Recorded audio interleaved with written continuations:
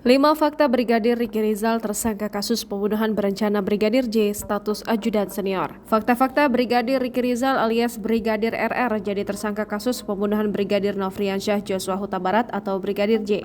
Brigadir RR ditetapkan sebagai tersangka kasus pembunuhan berencana Brigadir J. Berikut fakta-fakta Brigadir Riki Rizal. Brigadir RR ajudan Putri Chandrawati istri Irjen Verdi Sambo. Brigadir Riki Rizal atau Brigadir RR yang merupakan ajudan dari istri mantan Kadif Propam Irjen Pol Verdi Sambo, Putri Chandrawati. Brigadir Riki adalah ajudan Irjen Verdi Sambo yang paling senior. Brigadir RR memiliki pangkat lebih tinggi dari Baradae.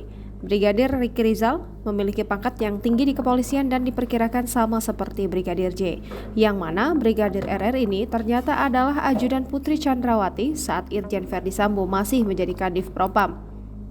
Sosok Brigadir Riki Rizal sempat dijadikan saksi atas kematian Brigadir J. Pasalnya kala itu Brigadir Riki melihat baku tembak antara Brigadir J dan Baradae.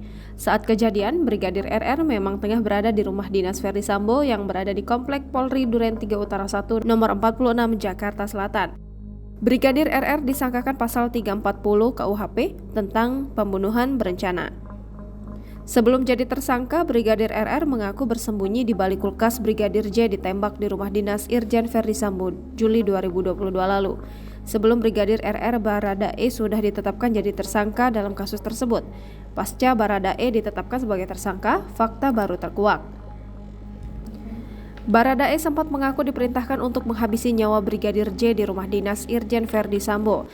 Terkait siapa yang memberi perintah, Deo Lipa, kuasa hukum Barada Eliezer, menegaskan pihaknya sudah mengetahui. Melansir tribunnews.com, Barada Eliezer membuat pernyataan soal adanya perintah terkait penembakan terhadap Brigadir Nofriansyah Joshua Huta Barat alias Brigadir J.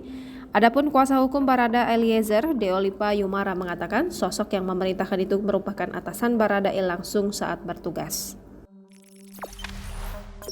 Jangan lupa subscribe, share, komen, dan like ya!